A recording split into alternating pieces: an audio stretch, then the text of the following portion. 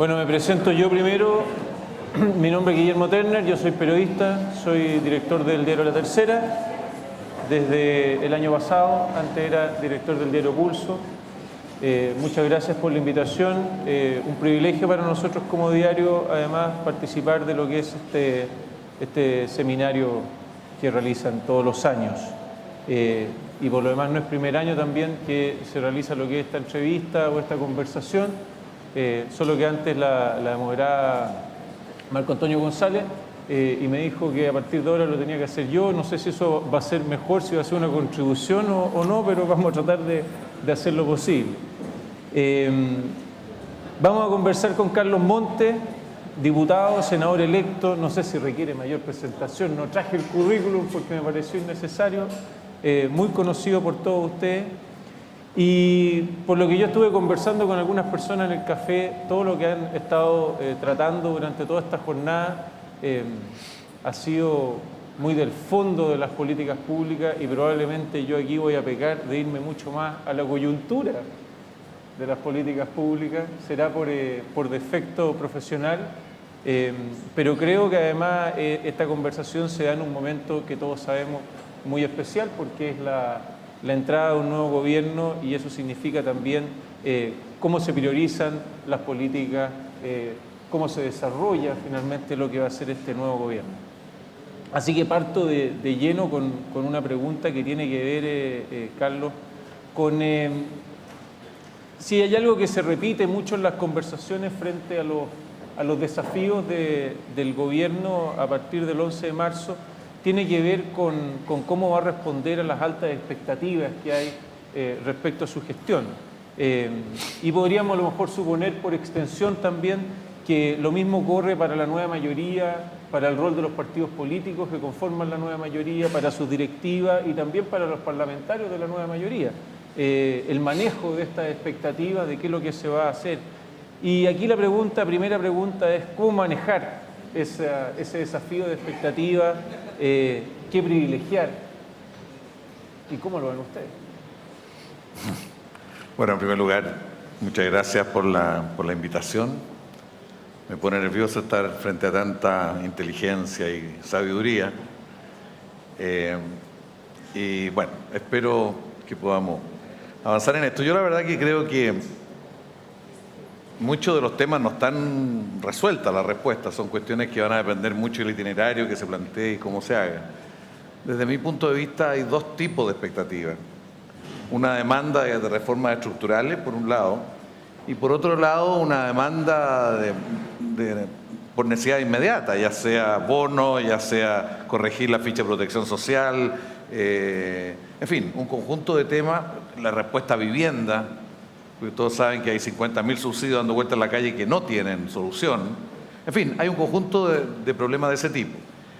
Yo respecto a la demanda primera, la demanda de reformas estructurales, creo que es fundamental que el gobierno del primer mes dé señales clarísimas que hay una voluntad efectiva de hacerlo y que va a hacer cambios estructurales. No significa que esto se va a hacer todo en el gobierno ni todo el primer año, pero que se inicia un camino y se empiezan a dar pasos en la dirección de que las tres reformas principales, la reforma educacional, la reforma tributaria, espero que tengan proyecto de ley incluso dentro del primer mes, entiendo que eso, por lo menos un proyecto de ley, en algunos casos va a ser más de uno, y el tema constitucional, que se defina el camino para generar un proceso constituyente efectivo.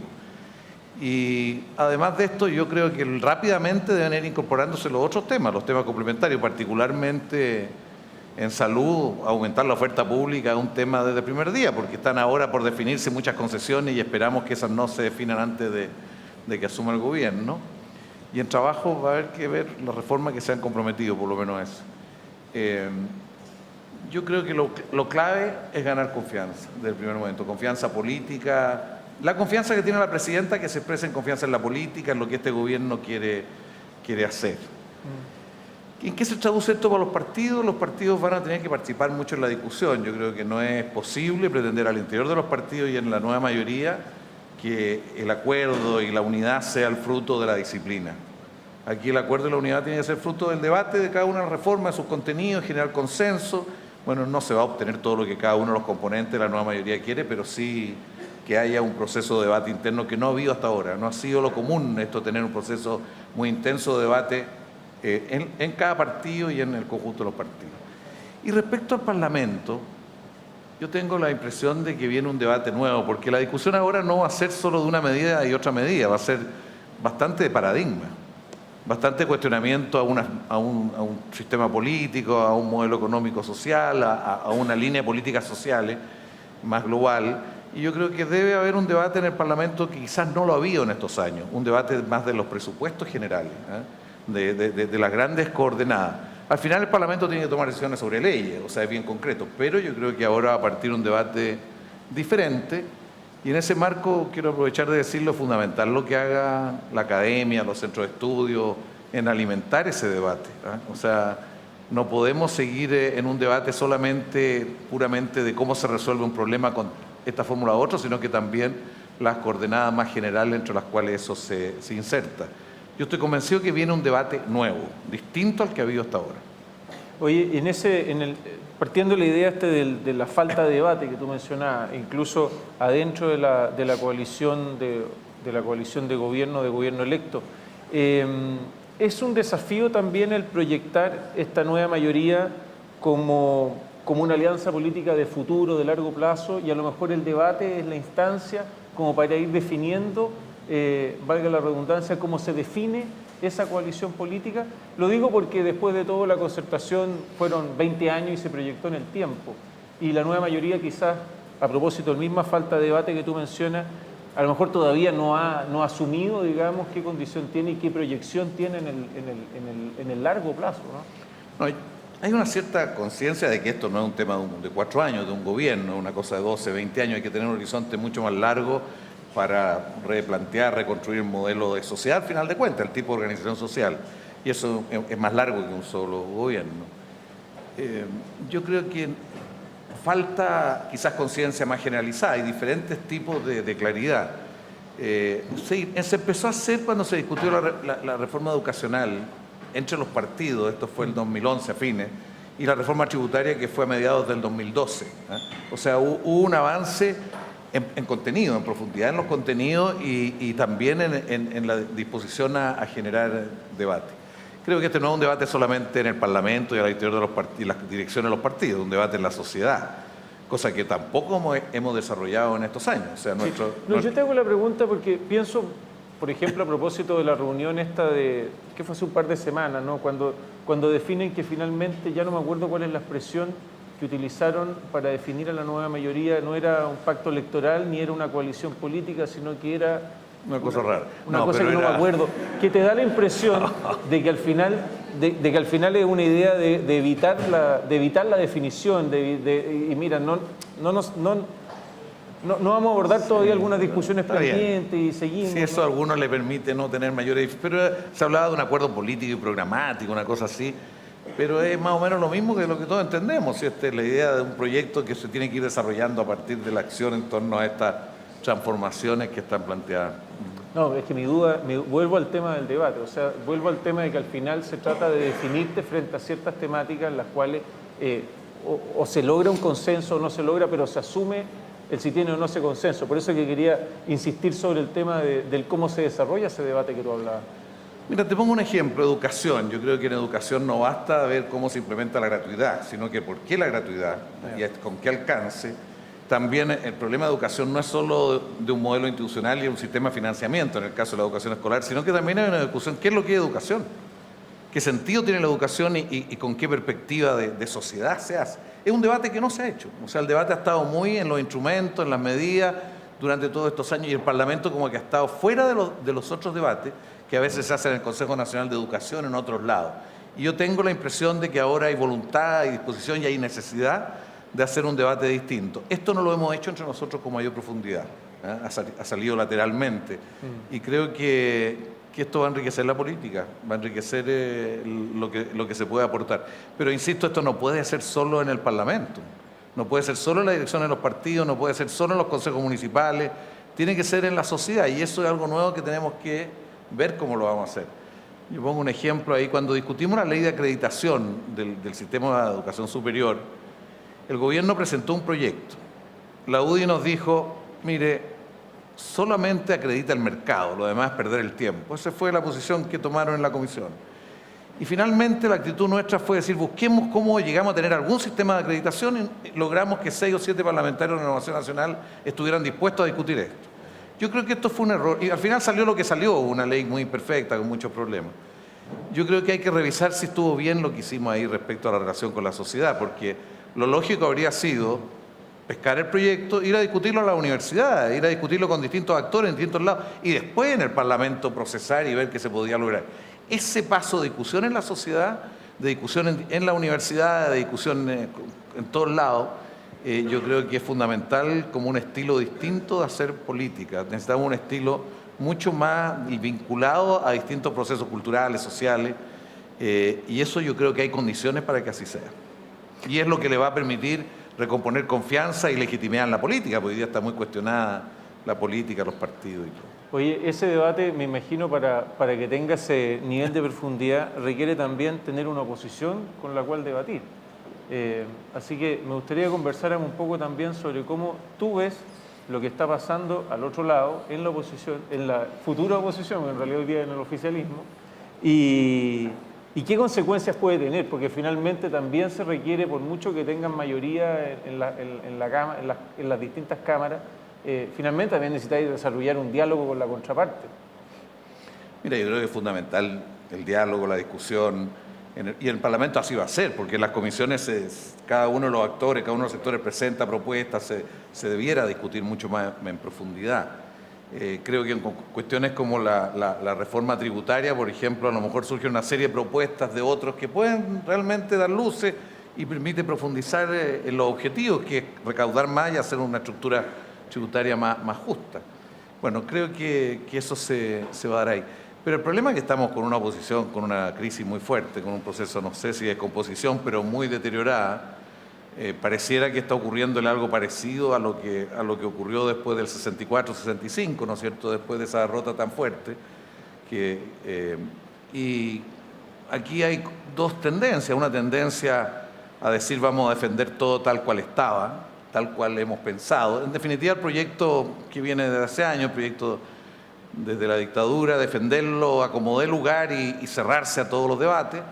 Hay gente hoy día tratando de agruparse en torno a los 3 ejes de que se está hablando de reforma para tener una capacidad de resistencia fuerte ahí en esos temas, en el debate y en la presencia social.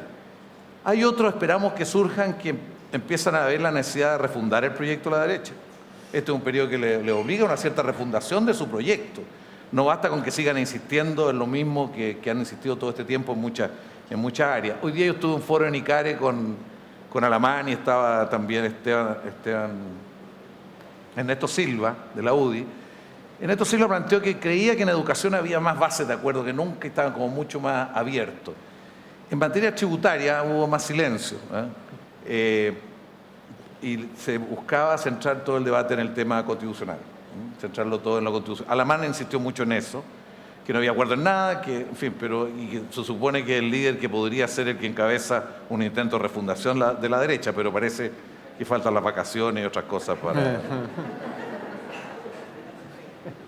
Oye, este gobierno basó buena parte de su estrategia legislativa en el conseguir los votos de independientes, los votos que quedaban ahí, y con eso conseguir mayoría.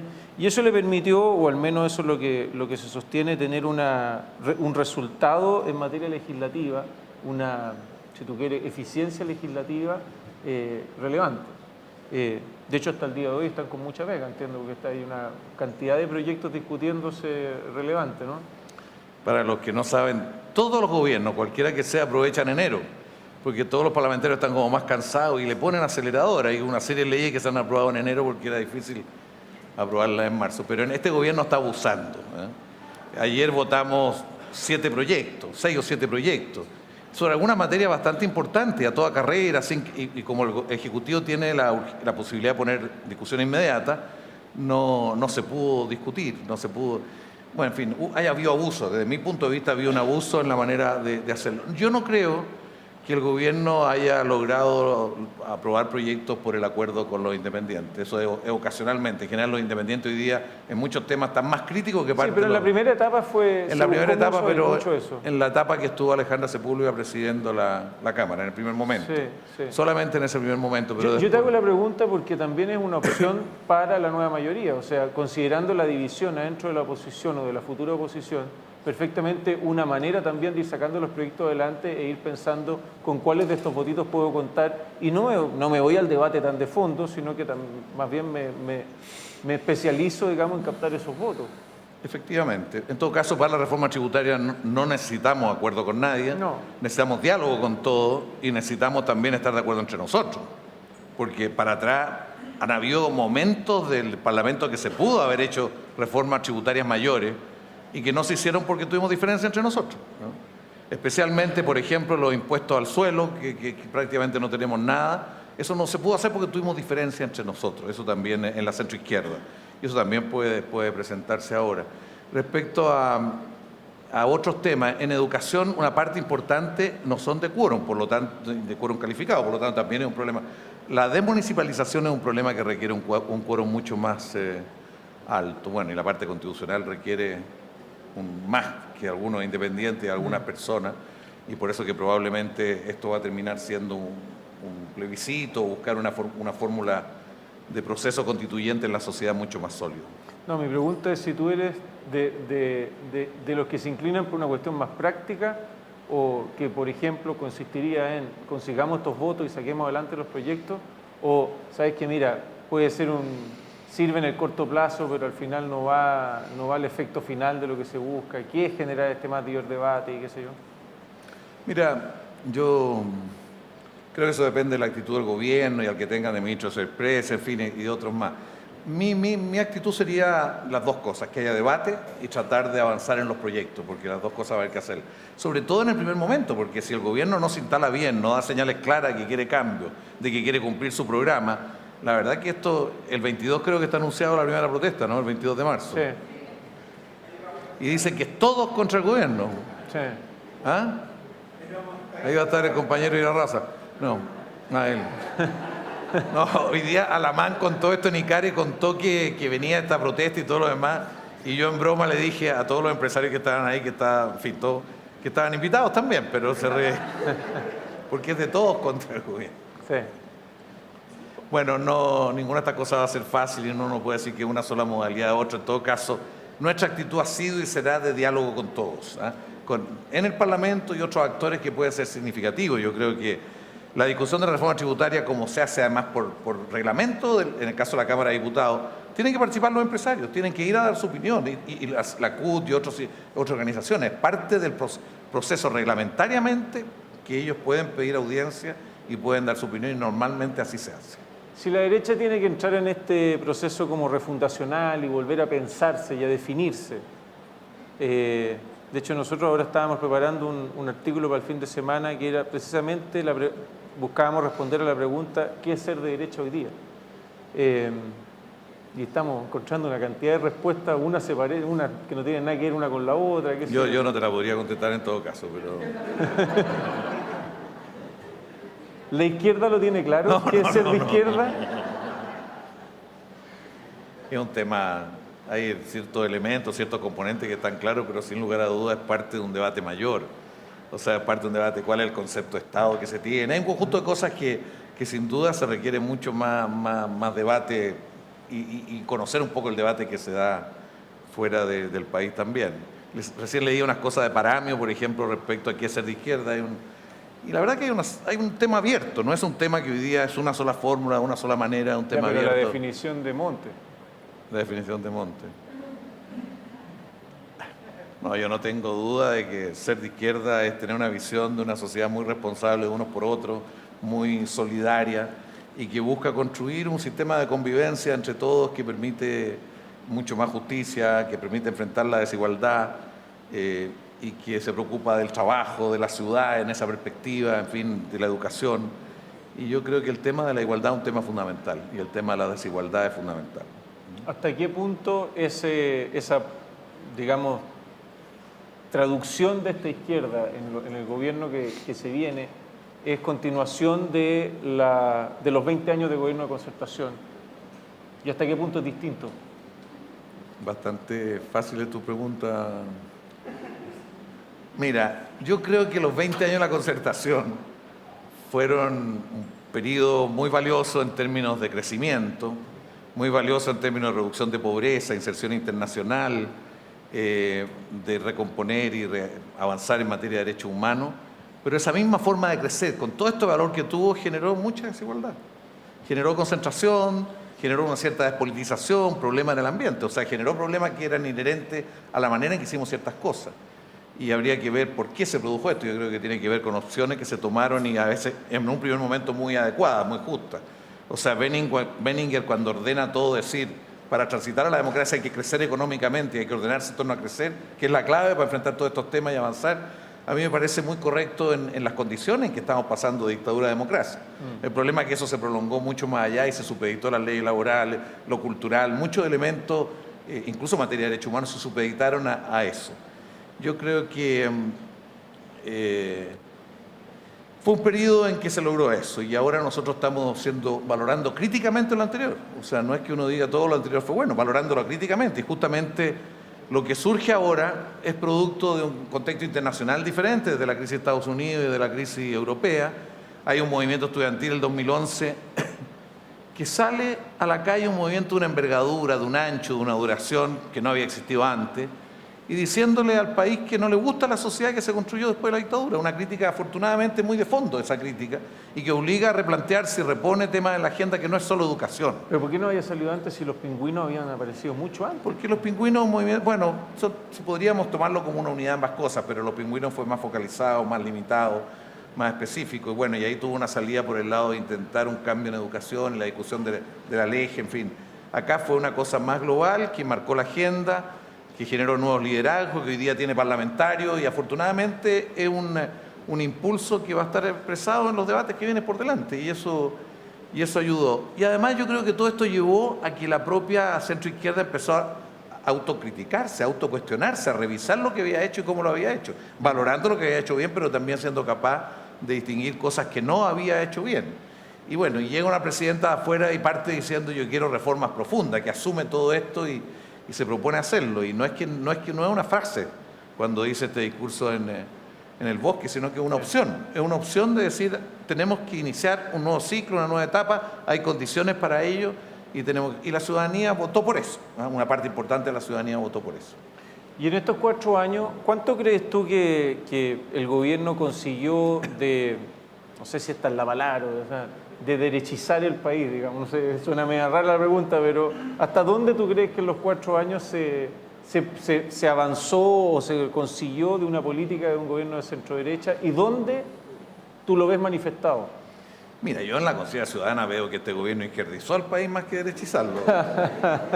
Desde el punto de vista de los sectores, yo creo que en educación fue muy dura en seguir incorporando todo al mercado. O sea, en general siguió con su opción de mercado en gran parte de las decisiones sobre educación. En el caso de salud, disminuyó el sector público, lo redujo, no invirtió en nuevos hospitales, al final terminó comprando mucho más de lo que debía en el sector privado, ciertas prestaciones, sin generar capacidades propias. En fin, en el caso de salud también. En el caso de vivienda, realmente hemos tenido estos años el extremo. O sea, Tantauco fue un extremo, porque al interior del propio gobierno actual hubo un debate entre seguir más o menos con lo que se venía antes, que era una cierta combinación con el mercado y Estado, fin, mínimo del Estado, a decir no, aquí todos confiemos en que entreguemos subsidios y la demanda va a generar oferta. O sea, un supuesto que no funcionó. Y tenemos hoy día 50.000 subsidios, por lo tanto, de gente que no encuentra respuesta porque en el mercado no se produjeron esas viviendas. Entonces, el gobierno en muchas líneas de políticas públicas derechizó los temas. En cuanto a la cuestión económica propiamente tal, yo creo que siguió bastante con el vuelito. Yo no vi grandes iniciativas de este gobierno en productividad, en capacitación, en una serie de temas prácticamente no se vio. Aprovechó el vuelo del momento internacional y trató de tener una política monetaria consistente con eso. En fin, no creo que ese haya sido un campo especial. ¿Tú eres de los que esperas con ansia conocer la conformación del gabinete? Y lo pregunto, ¿hasta qué punto la conformación del gabinete te define cómo es la instalación del gobierno? No sé si con ansia, un poco, pero no. Mira, yo creo que es bien importante las características del gabinete para ver hasta qué punto en este año y en los primeros meses hay un sello claro de un gobierno que quiere hacer la transformación. No basta con tratar de hacerla, yo creo que hay que dar señales claras de que sí se quieren hacer. Y por eso ojalá que eso quede de la mejor manera expresado, especialmente en educación y especialmente en Hacienda, que creo que son dos ministerios que van a condicionar mucho el futuro. A lo mejor aquí en esta sala está el ministro de Hacienda, pero no quiero ni decir quién es. ¿La ministra? La ministra. ¿Y en educación? No está en esta sala. No sé. No, yo no tengo idea, si no. No, pero podemos inventar un gabinete aquí. ¿Eh? Puedo decir que me gustaba a mí para educación, pero no. A mí me gustaba que Fernando Atria fuera el ministro de Educación. Tiene formación y tiene claro vínculo con los estudiantes, es bueno para el gran debate, es bueno para el debate legislativo. No sé si sea bueno para dirigir esta máquina tan... pero para eso solo su secretario. Yo pensé que iba a decir Solesi. No lo dije, no me hagas decir eso. Pero Oye, no, si yo sé que este señor no es, estoy diciendo que a mí me gustaría, pero no es. Pero ¿sabes lo que no son? Algo. Bueno. Aquí también en esta sala hay otros que saben más que yo, que podrían preguntarle a ella. Oye, espera, déjame ahora pasar a otro tema. Tú mencionaste en las prioridades el tema de las grandes reformas, educacional, tributaria, constitucional, mencionaste el tema de los problemas más urgentes, y hay un tema que, a propósito de la coyuntura que estamos viviendo, creo que es imposible dejarlo pasar, que es el tema de las relaciones internacionales, en particular por el tema fallo La Haya. ¿Hasta dónde el fallo de La Haya va a determinar también, o tiene que determinar el cómo Chile se relaciona particularmente con los países vecinos? A mí siempre sobre este tema, que no manejo mayormente, no me gusta opinar mucho, pero yo entiendo de que si el fallo viene un tanto negativo para Chile, hay que revisar qué es lo que pasó, hay que cumplirlo, pero hay que revisar qué es lo que pasó y ver cómo nos replanteamos respecto a nuestros vecinos, porque algo ocurrió en los últimos años especialmente, que con los vecinos no estamos como debiéramos estar. O sea, hay que revisar la manera de insertarse en el barrio, como dicen. Yo creo que eso incluso si nos va bien también debiera ser una cierta revisión de la relación, porque estamos con problemas hoy día con Bolivia también, o sea, estamos por primera vez con Ecuador, que ha terminado apoyando, rompiendo su doctrina. O sea, siempre Ecuador dijo que esto era un problema bilateral y termina en la salida al mar de Bolivia y termina incorporándose a eso. O sea, hay un problema. Chile está con problemas en relación acá, en las relaciones internacionales. Yo en todo caso creo que uno de los problemas que va a condicionar ahora es si la decisión, y si no fuera buena, si le toca a este gobierno implementarla o la va a tirar para el gobierno que viene. Yo creo que eso es... Hay posibilidad de que eso ocurra en la medida que se piden aclaraciones y otras cosas. Pero bueno, eso es un tema que están viendo entre los presidentes y depende mucho del contenido del fallo. Siempre dicen que Chile tiene que tomar un rol de repente más protagónico en el tema latinoamericano. Y otros dicen, no, al revés, todo lo contrario. ¿Tú qué crees? No, yo creo que Chile debe tener más interacción. No digo de protagónico porque no tenemos el calado, la envergadura a pretender eso, pero tenemos que entendernos muy bien con Argentina, con Brasil, aprender de lo que ha hecho Brasil, que es distinto a lo nuestro, tener una actitud mucho más humilde respecto a Bolivia, a Venezuela, a Colombia, porque son distintas experiencias que de distintas maneras están buscando otra manera de construir sus sociedades, de enfrentar el neoliberalismo con otras especificidades. En Colombia, que tiene un gobierno de derecha, uno va allá, yo estuve no hace mucho, y Ecuador también. Y ahí todo el mundo supone que el suelo, por ejemplo, en la ciudad, antes que nada, debe cumplir una función social. Y que el uso del suelo no depende de la mayor rentabilidad, sino que depende de cómo sirve mejor un proyecto de ciudad. Hablar de eso en Chile es herejía, ¿no? O sea, hablar de reflexiones de esa naturaleza. Hay aprendizaje, es bueno estar en el circuito de la discusión, de conocer experiencias. Ustedes saben que en este momento los colombianos tienen una norma que de cualquier loteo, en cualquier parte, hay que dejar el 25% para vivienda social. Aquí en Chile hay que dejar una reserva para vivienda social. Aquí en Chile se planteó como idea el 5% en el gobierno de Michelle Bachelet y generó grandes problemas. Brasil tiene 30%. ¿Para qué hablar Andalucía, que está con 65% para asegurar mixtura social en los barrios y en la forma de construir ciudad? O sea, nosotros tenemos que insertarnos de otra manera, con bastante más humildad y con bastante más capacidad de diálogo. Y creo que esto es una cosa no solo en el plano político y gubernamental, sino que también en el plano académico. Tenemos que salir a un diálogo distinto con toda la experiencia que hay en otros lados.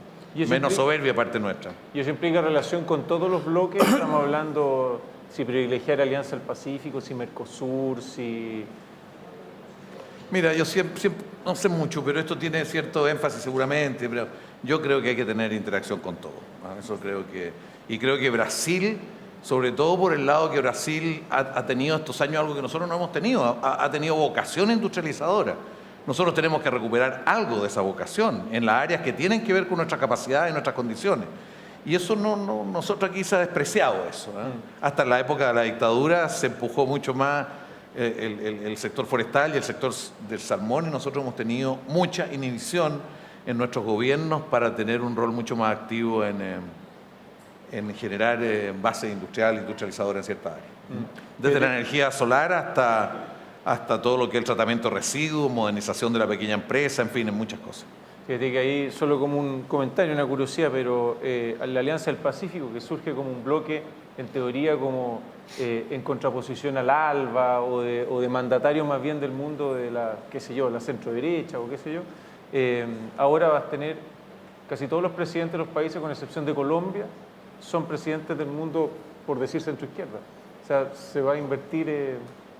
por razones electorales, digamos. Claro. Una curiosidad. Pero mira, yo no conozco esto. Lo que saben, aquí las relaciones internacionales tienen una dimensión coyuntural, pero también algo más permanente, más histórico. Y está claro que mucho de lo que ocurra con Chile tiene que ver con nuestras relaciones con Argentina y con Brasil, independiente de cualquier otro bloque.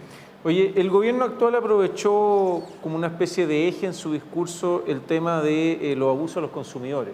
Y fue un tema que se habló bastante, especialmente aquellos que tenían que ver con la clase media, y se usó también como una especie de eje para captar también respaldo a sus políticas. Yo no sé si es un discurso, es un área que a ti te parece que se debe mantener, que se debe profundizar o que está siendo utilizada, no sé cuál es un poco la expresión, pero... Mira, la verdad que si tú me preguntas a mí sobre Peribonio y Osa, los dos que han habido, me parece bastante bueno los dos, y han jugado un papel al menos de vocería de los consumidores, de poner ciertos temas, jugarse por ciertas cosas. En general los directores del CENAC son buenos voceros.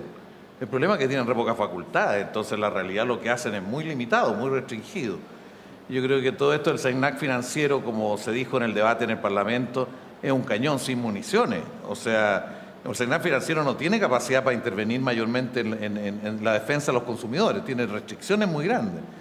Aquí tenemos atraso y esto es un tema que tiene que ver con la correlación de fuerza en el Parlamento. Siempre, en todos los proyectos de ley que hubo en los gobiernos se quiso tener mucho más, un FENAC con mucho más solidez, capaz de intervenir en los abusos, capaz de adelantarse ciertas cosas, y eso en la ley es tremendamente restrictivo, un mediador tibio.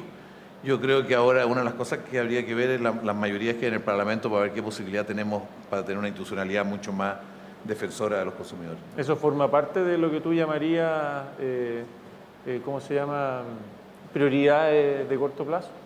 Mira, en el debate no ha estado mucho, para ser franco, no ha estado, pero después la vida misma son temas que permanentemente van surgiendo. O sea, hay mucha indignación con lo que pasa con con todo el sistema financiero, con las empresas de servicios, porque hay mucho abuso con los consumidores, muchísimo abuso. Y por lo tanto es un tema que permanentemente va rebrotando y saliendo. Sí, pero ahí no le otorga ciertos méritos al gobierno, a este gobierno. No, yo la anoto, yo digo que ha tenido mérito en varias cosas y se las ha jugado, y por eso lo personalizo en Peribonio y en OSA. Yo creo que han sido buenos voceros en esta materia y han activado temas y han cuestionado a otras instancias. Creo que aquí se discutió incluso la posibilidad de que se fusionara la Fiscalía Nacional Económica con... En fin, hay que rediscutir la institucionalidad para que haya algo más potente, ¿eh? Más potente para poder defender a los consumidores, porque es bastante débil lo que tenemos. Oye, cuando estaba hablando del tema de las reformas estructurales, a propósito de la reforma constitucional, mencionaste el tema de definir un camino para hacer un proceso constituyente efectivo. ¿Por qué no desarrollamos un poquito de eso? ¿Qué significa un proceso constituyente efectivo? ¿Qué rol cumple el Congreso?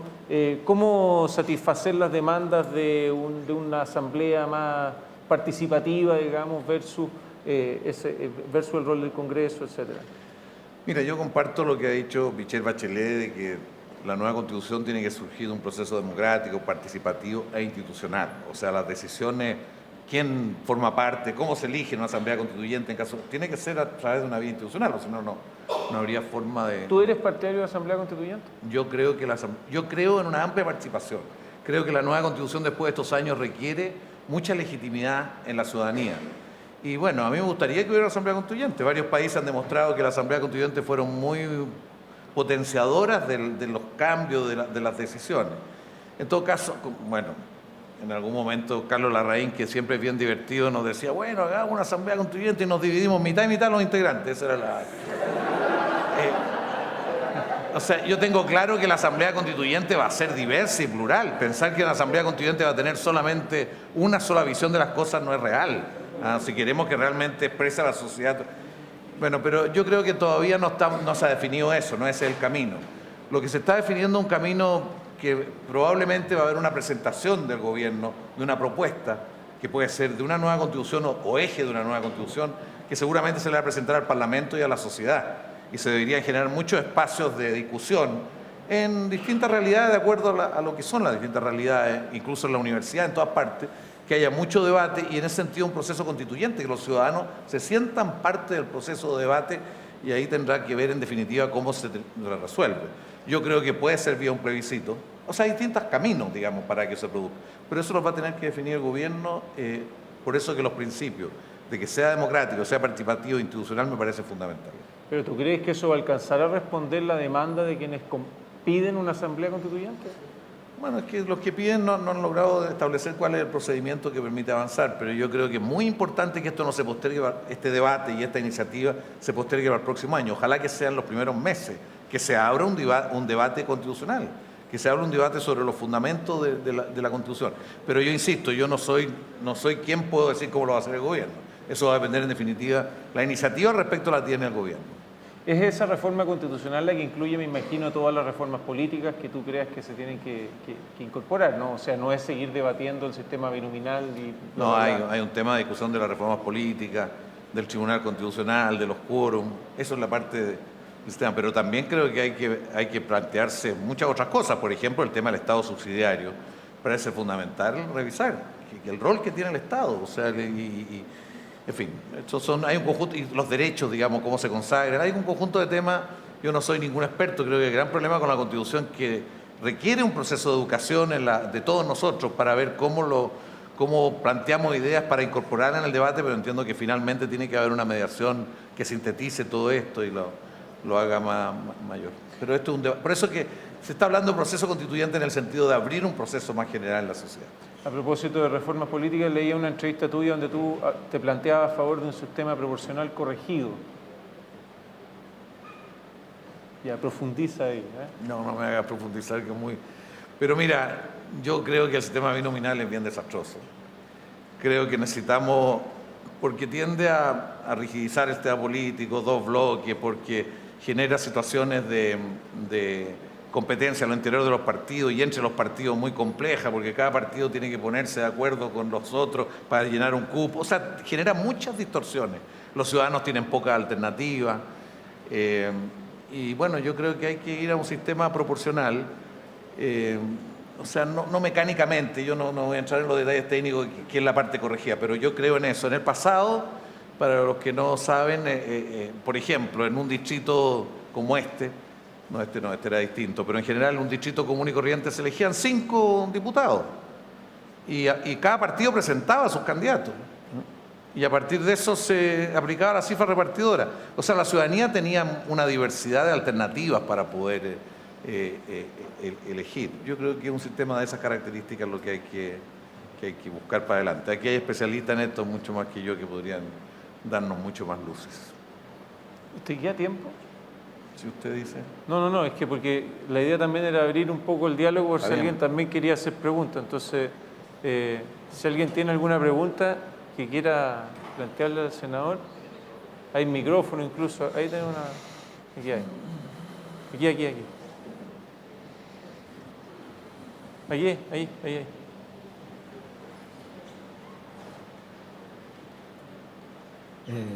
¿Aló? Sí. Buenas tardes, senador. Leonardo Arenas, de Comuna Macul. Conocimos a las 2:30 de la tarde la renuncia de Lili Pérez, la senadora a Renovación Nacional. Con este cuadro, ¿es más posible avanzar hoy día respecto a las reformas valóricas que estuvieron siempre pendientes en los gobiernos de la concertación, ya que tanto la diputada Rubilar como Lili Pérez han apoyado al aborto terapéutico, por ejemplo?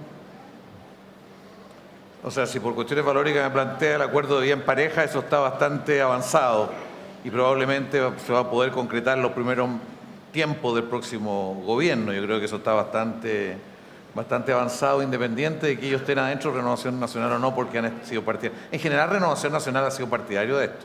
Si el problema ha sido con Carlos Larraín y la UDI, con algunos, pero en general Renovación Nacional ha estado abierto a avanzar en eso. Eugenio, ¿tú dices? ¿Te la están dictando? ¿Te iba a hacer pregunta o no? No. Como levantaste la mano, yo te entendí que iba a hacer pregunta. Acá, perdona. Tiene prohibido preguntar. Y como después estaba con el teléfono, te la están dictando. Dije. De la fundación. ¿Se escucha? Sí. Carlos, dos preguntas. Tú fuiste díscolo una vez, ¿no? No, varias, pero... ¿Cómo? Fuiste díscolo una vez en una votación muy importante, que votamos en contra del acuerdo de los pingüinos, de la concertación con la alianza. Y la pregunta es, 5 o 6 años después, ¿cuál va a ser la autoridad pública de la educación? ¿Acuerdo, congelamiento? ¿Qué va a haber entre lo público y lo subvencionado? ¿Vamos a seguir compitiendo todo contra todo? ¿Cuál es tu opinión? Y la otra, más cortita, Chile, el país más centralizado de la OECD, eso no es problema de la alianza. En la centroizquierda chilena hubo esta anomalía, ese es el único caso de no querer elección de gobiernos regionales, ley de rentas regionales, gobierno metropolitano. Tú siempre hablas de la ciudad, vamos a seguir haciéndolo con mejoras continuas de hartos ministerios, o va a haber empoderamiento de otros. Va a haber por fin gobierno democrático, alcalde mayor electo en Santiago, donde tú eres senador. Mira, partiendo por lo segundo, yo creo que es fundamental avanzar. Ya hay esta idea de elegir los consejeros regionales muy importante, y esto se va a aprobar en este periodo, o sea, ahora antes del cambio de gobierno. Yo creo que eso termina. Va a quedar pendiente el tema de los intendentes, que es urgente, ¿no? Es urgente que se defina la manera de elegir a los intendentes, y está en el programa del actual gobierno. Ahí hay que ver cómo se genera un sistema administrativo para las policías y para otras cosas ahí. Respecto al gobierno de Santiago y de la otra metrópoli, yo estoy convencido que es fundamental que haya gobierno metropolitano. Yo no creo mucho en la figura del alcalde mayor, lo veo poco viable, pero además lo que necesitamos es partir por un gobierno que tenga un conjunto de facultades que tiene el gobierno central en las aguas, en la vialidad, en fin, en muchas cosas incluso en el manejo de las redes hospitalarias, la coordinación, y eso debería ser muy pronto. Hay un cierto consenso aparentemente para hacerlo. Respecto a la educación, efectivamente yo no estuve nunca de acuerdo con la LEGE, ¿no? Y no estuve de acuerdo con la LEGE por una razón bien concreta, porque la LEGE deja fuera la educación pública. Entonces es difícil imaginar un sistema educativo sin un pilar central que sea la educación pública, por todo lo que representa la educación pública en términos de integración social, de equidad, en fin, de muchas cosas. ¿Qué viene ahora? ¿Cómo se va a discutir esto? Yo creo que va a haber una propuesta de reforma a eso luego. El primer mes, creo yo, eso está. Para efectos de romper en alguna forma con el modelo de mercado que tenemos. Porque el año 80-81 se estableció a nivel escolar un modelo que se suponía que echar a competir los colegios iba a generar más calidad, iba a generar más igualdad, y no produjo ninguna de las dos cosas. Hoy día Yo he oído de gente de la OECD que dice Chile es el ejemplo de lo que no hay que hacer en educación. Pensar que este es un mercado que se echan a competir colegios y da resultados, eso en Chile no resultó. ¿Cómo se cambia esto? Personalmente creo que lo primero es fortalecer la educación pública y eso supone cambio de institucionalidad de forma de financiar, pero además empujar los colegios desde abajo, desde el comienzo. Hay que hacer que los colegios funcionen al máximo en las condiciones que tienen para que haya mejor... Aprovechar la crisis de la educación municipal para salir. ¿Cómo se hace la desmunicipalización? Eso va a tener que ser por ley, pero también por otra forma y hay que empezar luego. Ahora cerraron 40 y tantos colegios, tú sabes, en este cerrado, porque a los municipios dicen tenemos una pérdida, lo cerramos, sin preocuparse de lo que representa en una perspectiva más de largo plazo. Este año fue un poco distinto porque también cerraron colegios particulares subvencionados por la pirámide demográfica, ya algunos ya no tienen suficientes alumnos y empezaron a cerrar algunos por primera vez. Yo creo que esto requiere un cierto orden. Esto no es un problema de mercado, no es problema de echar a competir. No se puede seguir autorizando colegios a cualquier parte, de cualquier manera. Hoy día hay colegios particulares que se ponen al lado de un colegio público que tiene buenas matrículas, van y se instalan al lado para levantarle a los alumnos con una serie de estímulos. Bueno, todo eso lo planteaba con mucha fuerza Orrego, yo lo comparto totalmente. Eso hay que corregirlo en el corto plazo. Respecto a cómo el tema del lucro es algo que hay que cerrar. O sea, hay que terminar la educación escolar. Personalmente creo que eso no es tan difícil porque la mayor parte de los colegios particulares subvencionados formalmente no tienen lucro. O sea, muchos de ellos ni siquiera generan excedente. Tener lucro con un colegio de menos de 500 alumnos es bien discutible, es bien difícil. Y los que lo tienen son un grupo cerrado, pero la lógica del lucro está metida en todo. Por lo tanto, subordinar la calidad educativa a ver cómo se maximiza el rendimiento, en fin. Eso yo creo que va a generar un conflicto, pero hay que hacerlo. Yo espero que la Iglesia Católica no se ponga a defender el lucro. Espero, a pesar de que estamos en esta universidad, pero espero que no... Sí. Pero espero que no se ponga a defender el lucro. Respecto al financiamiento compartido en educación escolar, es algo anómalo que no existe en ningún otro lado. Es una cuestión que partió la dictadura y se amplificó en el gobierno de don Patricio Aylwin. Hoy día se representa 500 millones de dólares. La idea es ir gradualmente desmontando eso mientras simultáneamente se van aumentando las subvenciones. Esa es la opción que hay. No podría cortarse de golpe por muchas razones. Entre otras, porque si hoy día todos los colegios fueran gratuitos, no quedaría ningún niño en los colegios públicos, en los colegios municipales, porque obviamente hoy día están muy deteriorados los colegios desde el punto de vista, no todos, pero una parte en el ambiente de disciplina en el interior, desde el empeño y el cumplimiento de los profesores en muchos casos, no la calidad de los profesores, el cumplimiento, en fin, hay una serie de problemas que es una de las cuestiones centrales de que debería asumir el gobierno. Yo estoy convencido que parte del estilo del gobierno que viene, ojalá fuera así, implica que los funcionarios tienen otra relación con la realidad y entre otras cosas creo que sería muy bueno que el ministro de Educación hiciera clase en algún colegio, que tenga conocimiento más directo de lo que ocurre por dentro de los colegios, porque la verdad que a veces el ministerio piensa las cosas muy lejos de los procesos reales y ojalá que todos los agentes que están en los equipos de estudio, los CEREMI y todo también hagan lo mismo, porque el ministerio ha estado muy lejos de los colegios públicos, muy lejos, no los comprende lo que están viviendo. Porque ahí hay un problema, personalmente creo que es básicamente un problema del alma de los colegios, no un problema ni de recursos, o sea, la formación de los profesores, perdónenme, se podrá criticar, pero los profesores chilenos, comparémoslo con los brasileños, con los cubanos, tienen una tremenda formación, no un problema de formación, pero hay un problema de disposición, de ánimo, que hay que ver cómo se enfrenta y eso creo yo, puedo estar muy equivocado, que eso se puede hacer incluso del comienzo del próximo gobierno. Esto obliga a discutir hasta las huelgas de los profesores, porque no puede ser que las huelgas terminen siendo lo que más está perjudicando a la educación pública. Tenemos que ver otra manera de que protestan los profesores, pero no puede ser permanentemente afectando a los niños, porque hasta el Instituto Nacional ahora tuvo problemas de matrícula. Bajó mucho la matrícula en el Nacional. ¿Por qué? Porque había tenido huelga. Y los alumnos no querían ir ahí, estaban buscando otra alternativa, ¿me entiendes? O sea, yo creo que tiene que venir un cambio que tiene que expresarse en la ley, entre otras cosas, y hay que reponer la educación pública en el centro de nuestro sistema educacional. No, pero habían preguntado acá. Te voy a permitir solo porque está hablando el micrófono, pero acá... Senador, usted enunció tres características o tres requisitos para el tema de reformas constitucionales: representatividad, participación e institucionalidad. ¿Usted cree que es posible eso?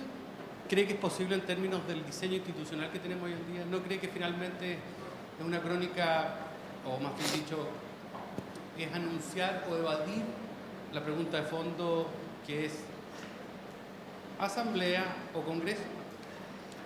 O sea, ¿cómo va a lograr precisamente ciertas reformas que requieren ciertos quórum que hoy día no se tienen o son muy altos para poder permitir el desarrollo de otros? ¿Cómo llevar esto, hacerlo en el Congreso o fuera del Congreso? O sea, yo creo que es difícil, yo comparto eso. Y bueno, a lo mejor se puede llegar a situaciones extremas, porque si el Parlamento no se pone de acuerdo en una nueva constitución, hay un mecanismo, hay discrepas las dos cámaras del presidente, de la presidenta, ahí se puede convocar un plebiscito. La discusión es qué materias van a ese plebiscito. Yo creo que tiene que haber alguna mediación muy amplia, muy participativa. Sí que esto es muy difícil hacerlo después de 20 años de democracia, porque los que lo hicieron bien al comienzo del retorno a la democracia. Y esto supone que en alguna manera una parte de la derecha se abra a entender que se requiere un proceso más amplio y más participativo. Yo estoy de acuerdo que no es fácil. Yo creo que el debate en el Parlamento debe partir desde ya, ¿no? Y hay que buscar la manera en el Parlamento y en la sociedad debe partir lo antes posible, ojalá en los 3 primeros o 4 primeros meses del gobierno. Creo que sería lo óptimo. No sé qué piensa tu amigo Atria, pero él es creativo, entonces él sabe más que yo de estas cosas. Pero yo creo que es fundamental que sea un proceso amplio. Y la presidenta Bachelet, en la última reunión que tuvimos con ella, los senadores, dice, y además no puede ser elitario, porque la verdad que la tendencia cuando se discute la Constitución es que sea un grupo muy pequeño o gente que sabe mucho el tema. Tiene que haber un proceso organizado y amplio. Diputado Monte, buenas tardes. Felipe Durán es mi nombre.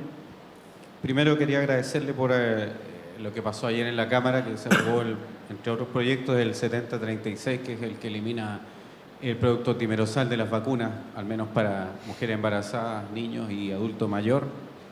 Y quería citarlo eso como ejemplo para la primera pregunta, quiero hacer dos, en relación a la coparticipación de la ciudadanía y el Parlamento, puesto que esta es una de las pocas mociones, yo hago estudio de los proyectos del Congreso, una de las pocas mociones que llega a término, dado que es complicado, usted sabe, para los parlamentarios presentar mociones y que tengan patrocinio del gobierno, porque el Ejecutivo tiene la facultad de poner las urgencias, por lo tanto aceleran mucho el avance de los proyectos y aquellos que no tienen ese patrocinio simplemente se estancan en su mayoría. Entonces, mi pregunta sería si considera usted necesario que exista como una suerte de obligación para los parlamentarios tener algún sistema que sea una plataforma virtual o algún otro similar en el cual conste la preferencia de sus electores por distrito frente a cada una de las discusiones de los proyectos. Esa sería la primera pregunta. Y la segunda es si usted estaría de acuerdo en introducir reformas a la facultad del Ejecutivo de ponerle urgencia a los proyectos como para pensar en un equilibrio de poder de lo que está pasando en el Parlamento, puesto que se nota una diferencia, ¿verdad?, cuando es un proyecto mensaje presidencial que tiene urgencia de discusión simple o por ejemplo, discusión inmediata y que evidentemente impone una agenda legislativa que no es necesariamente la que quieren los parlamentarios. Entonces, si usted considera equilibrado que se pudiera introducir modificaciones en ese sentido, o está bien así como está, ya que ahora viene el cambio de gobierno y también, digamos, se pasa al favor de la nueva mayoría en este caso, lo que no ocurrió en el periodo anterior y viceversa, porque hay una alternancia, evidentemente. Yo creo que claramente hay que fortalecer las capacidades de los parlamentarios. O sea, hay un desequilibrio muy grande con el Ejecutivo. Hay distintos modelos, distintos alcances, hay modelos semipresidenciales, hay distintos modelos, pero yo estoy totalmente de acuerdo con que hay que reequilibrar. Respecto a la urgencia, se ha planteado que también el Parlamento tenga facultad de poner urgencia, como una manera de equilibrar el Ejecutivo. Tiene pro y contra. Efectivamente, lo que ha ocurrido en este gobierno ahora, en enero, y parte de diciembre ha sido un abuso de la urgencia, ¿no? Nosotros esperamos que el Senado no le aguante nomás, que es lo que va a hacer probablemente Pizarro, pero en la Cámara tenemos más limitaciones para contener la presión, porque además tiene mayoría, tiene la presidencia de la Cámara la tiene la derecha. Bueno, respecto a la otra parte, respecto a cómo participa la sociedad y cómo controla al parlamentario, bueno, yo creo que se han planteado varias maneras, aquí hay algunos que deben conocerlas bien, para que eso se dé. Algunos parlamentarios sí lo hacen, lo que usted está señalando. Frente a los proyectos de ley, hace encuentros, consultas, recoge ideas. El seguro de desempleo lo fue a explicar una vez uno de los presentes que después lo criticaron mucho y se enojó. Bueno, pero se hace normalmente, se hace distintos tipos de... ¿Cómo se puede hacer más sistemático? Probablemente hay experiencias internacionales que así lo permitan. Respecto a la iniciativa popular de ley, yo estoy de acuerdo. Respecto a que a la ciudadanía o en general que pueda participar en los proyectos, en la Cámara de Diputados existe la norma para eso. Cualquier ciudadano, cualquier organización puede pedir dar su opinión en un proyecto de ley. Y lo hacen muchas organizaciones. Lo hacen más los empresarios que otras organizaciones, pero eso se hace. En el Senado eso no existe y probablemente también hay que incorporarlo para que haya más fluidez en el debate. Se invita siempre a muchas organizaciones al debate. Hay muchos más proyectos que propone la ciudadanía que toma un parlamentario y lo lleva y después cambian el camino. Yo, fíjese, respecto a las facultades de los parlamentarios y el gasto, yo ahí tengo un problema que me cuesta... Yo creo que si a los parlamentarios se les da facultad de gastar, de aumentar el gasto, se generan bastantes distorsiones. Así fue en el viejo Parlamento chileno, y los parlamentarios definían jubilaciones especiales para este otro. En el caso brasilero entiendo que el 10% del presupuesto es de iniciativa parlamentaria. Todos los problemas de corrupción están ligados a ese 10%. Entonces, todo esto tiene... Yo tiendo a pensar de que en ese sentido no debiéramos tener necesariamente más facultades, a diferencia de todo lo que se refiere a iniciativas institucionales, de otra naturaleza. A propósito de toda esa discusión de lo que tiene que ver con cuánto es lo que impone el gobierno, el Ejecutivo y cómo reacciona el Legislativo, cuando el actual gobierno estaba recién instalándose, ya era una de las materias de discusión, me acuerdo habían algunos parlamentarios de la derecha que decían nosotros no somos buzón necesariamente de lo que el gobierno quiera. ¿Te acuerdas que ya ¿Cómo es tu mirada hoy día? O sea, ¿hasta qué punto también los parlamentarios de la nueva mayoría tienen su propia mirada, independiente también de las prioridades o de lo que el mismo gobierno y el Ejecutivo vaya estableciendo? Bueno, yo creo que ese es un tema para la instalación del gobierno. La tendencia de todos los gobiernos y todos los ministros es que ellos ven un problema de este ancho, deciden legislar sobre una parte nomás y quieren que los parlamentarios no vean todo el tema y que avancen en su acotamiento de la situación. Y normalmente en el debate parlamentario se busca ampliarlo, se busca incorporar otras cosas. Y hay un debate, realmente hay un debate de contenido en muchas materias, a veces muy técnico, pero ¿cómo lo va a hacer este gobierno? Eso ya se le ha planteado a la presidenta, que no de cualquier manera. Tiene que haber un trabajo prelegislativo, al menos con los componentes de la nueva mayoría mucho mayor. En estos tres ejes, en la reforma tributaria, educacional y contribución, tiene que haber más debate previo incluso de cualquier iniciativa. ¿Comisiones? Hay un sistema, sí. Normalmente lo que se hacía, porque no funcionaba mucho, era un almuerzo todos los días lunes con el ministro del área respectiva en que uno estaba. Yeah. Ministros que a veces oían y a veces no oían. Velasco oía poco. El más divertido era Ninat, voy a contar. A Ninat, yo me tocaba almorzar ahí, eran los parlamentarios de la concertación, y él tomaba nota de todo lo que nosotros íbamos diciendo y todo. Hasta que descubrimos que estaba escribiendo de otras cosas. Bueno, hay que perfeccionar esto porque no es posible pensar de que el orden se va a poner a partir de disciplina. Requiere más acuerdo, más procesar. Porque uno puede tener diferencias, pero es distinto expresar la diferencia, jugar sus argumentos, que te respondan con otros argumentos, que simplemente te digan esto es así. Ahora, ¿todo eso corre en contra o juega en contra de los tiempos también? ¿No? Por supuesto, juega en contra de los tiempos, por eso es que es importante hacerlo antes. Muchas de estas cosas se deben hacer en el periodo prelegislativo y no necesariamente una vez que está el proyecto en el Parlamento. Y eso es la vieja discusión en Chile y en todos lados entre los parlamentos y el Ejecutivo. Y cuesta mucho encontrar el punto de equilibrio. Pero yo creo que ahora con la nueva mayoría, además con la heterogeneidad de la mayoría, ¿no? La nueva mayoría, de muchos parlamentarios nuevos, que no son propiamente de la coalición, eso va a ser bastante necesario. O sea, a Boric hay que convencerlo en ciertos proyectos, no se le va a poder decir, mire, vote a favor. O a Giorgio o a otras personas, se requiere dar argumentos y eso el Parlamento tiene que jugar ese papel. ¿Y no te hubiese gustado que esto ya estuviera más desarrollado, considerando que finalmente era un gobierno que tenía las expectativas de ganar, eran evidentes? Está bien, eso podría haber sido, en algunos aspectos así existe, pero sin lugar a duda el tema, como dicen, el diablo está en los detalles, en casi todas las leyes, entonces hay que ver los textos finales, y no están esos textos finales. Las matrices gruesas están, pero traducir eso en un proyecto de ley, sobre todo en materias como la tributaria, en fin, en cualquier cosa en realidad, pero también en los tributarios no se pueden cometer errores. Ya, pues diputado, senador. ¿Cómo hay que decirle? ¿Diputado o senador? Soy diputado y... Diputado o senador electo. Muchas gracias por la Muchas gracias a conversación. ustedes.